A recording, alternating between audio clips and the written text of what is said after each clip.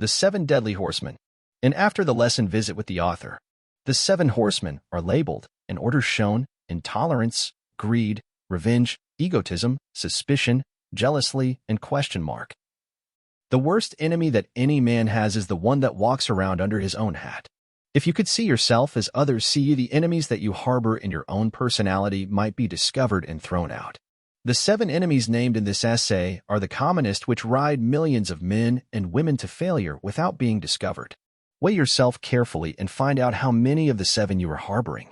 You see, in this picture, 7 deadly warriors. From birth until death, every human being must give battle to these enemies. Your success will be measured very largely by the way you manage your battle against these swift riders. As you look at this picture, you will say, of course, that it is only imagination. True, the picture is imaginary, but the swift riders of destruction are real. If these enemies rode openly, on real horses, they would not be dangerous, because they could be rounded up and put out of commission. But they ride unseen in the minds of men. So silently and subtly do they work that most people never recognize their presence. Take inventory of yourself and find out how many of these 7 horsemen you are harboring. In the foreground, you will find the most dangerous and the commonest of the riders. You will be fortunate if you discover this enemy and protect yourself against it. This cruel warrior, intolerance, has killed more people, destroyed more friendships, brought more misery and suffering into the world, and caused more wars than all of the other 6 horsemen that you see in this picture. Until you master intolerance, you will never become an accurate thinker. This enemy of mankind closes up the mind and pushes reason and logic and facts into the background. If you find yourself hating those whose religious viewpoint is different from your own, you may be sure that the most dangerous of the 7 deadly horsemen still rides in your brain. Next, in the picture, you will observe revenge and greed. These riders travel side by side. Where one is found, the other is always close at hand.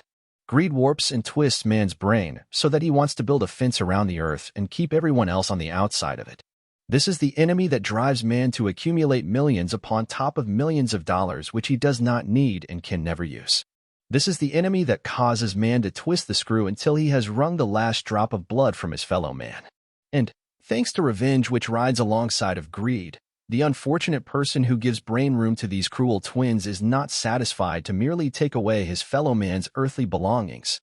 He wants to destroy his reputation in the bargain. Revenge is a naked sword. It has neither hilt nor guard. Wouldst thou wield this brand of the Lord? Is thy grasp then firm and hard? But the closer thy clutch of the blade, the deadlier blow thou wouldst deal.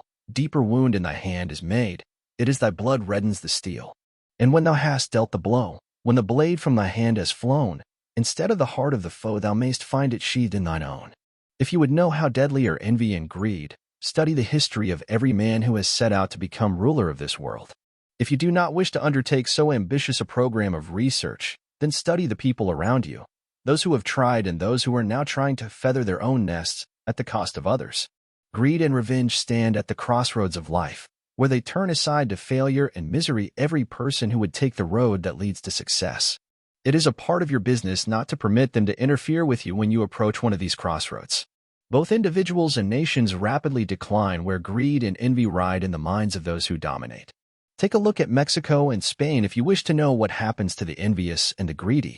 Most important of all, take a look at yourself and make sure that these 2 deadly enemies are not riding in your brain. Turn your attention, now, to 2 more twins of destruction, egotism and suspicion. Observe that they, also, ride side by side. There is no hope of success for the person who suffers either from too much self-love or lack of confidence in others. Someone who likes to manipulate figures has estimated that the largest club in the world is the IT Can't Be Done Club. It is claimed that there are approximately 99 million members of this club in the United States of America alone. If you have no faith in other people, you have not the seed of success in you. Suspicion is a prolific germ. If permitted to get a start, it rapidly multiplies itself until it leaves no room for faith. Without faith, no man may enjoy enduring success. Running, like a golden cord of illumination throughout the Bible, is the admonition to have faith. Before civilization lost itself in its mad rush for dollars, men understood the power of faith. For verily I say unto you, if you have faith as a grain of mustard seed, you shall say unto this mountain, Remove hence to yonder place, and it shall remove, and nothing shall be impossible unto you. The writer of this passage, which appears in the Bible, understood a great law which but few of today understand. Believe in people if you would have them believe in you. Kill off suspicion. If you do not, it will kill you off. If you would have power, cultivate faith in mankind. Egotism thrives where suspicion exists. Interest yourself in others, and you will be too busy to indulge in self-love. Observe those around you who begin every sentence with the personal pronoun, I, and you will notice that they are suspicious of other people. The man who can forget himself while engaging in useful service to other people is never cursed with suspicion. Study those about you who are both suspicious and egotistical and see how many of this type you can name who are successful in whatever work they may be engaged in. And, while making this study of others, study, also, yourself. Be sure that you are not bound down by egotism and suspicion. Bringing up the rear of this deadly group of riders, you see two horsemen. One is jealousy, and the name of the other has been purposely omitted. Each reader of this article may take inventory of himself and give the seventh rider a name that fits whatever he finds in his own mind. Some will name this rider dishonesty. Others will name it procrastination. A few will have the courage to name it uncontrolled sex desire. As for you, name it whatever you please, but be sure to give it a name. Perhaps your own imagination will supply an appropriate name as a fellow traveler for jealousy. You will be better prepared to give the unnamed rider a name if you know that jealousy is a form of insanity. Facts are sometimes cruel things to face. It is a fact that jealousy is a form of insanity, known to the medical fraternity as dementia praecox. O jealousy, thou ugliest fiend of hell! Thy deadly venom preys on my vitals, turns the healthful hue of my fresh cheek to haggard sallowness, and drinks my spirit up. You will notice that jealousy rides just back of suspicion. Some who read this will say that jealousy and suspicion should have ridden side by side, as one often leads to the other in man's mind. Jealousy is the most common form of insanity.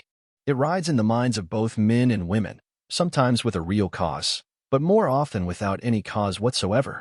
This deadly rider is a great friend of the divorce lawyers. It also keeps detective agencies busy night and day. It takes its regular toll of murder. It breaks up homes and makes widows of mothers and orphans of innocent little children.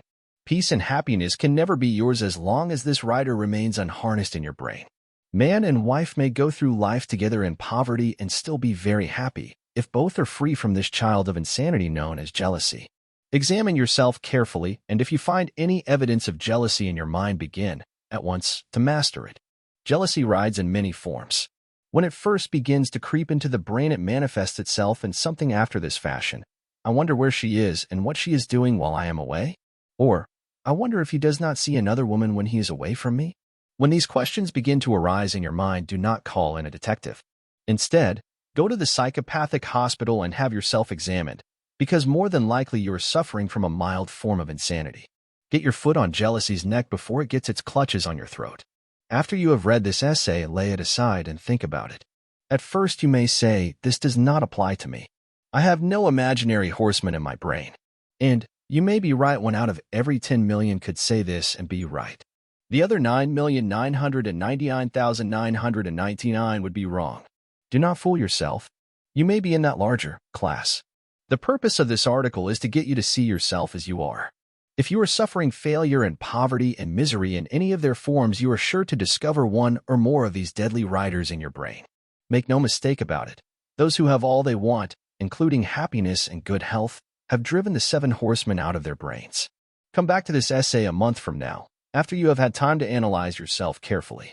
Read it again, and it may bring you face to face with facts that will emancipate you from a horde of cruel enemies that now ride within your brain without your knowing it.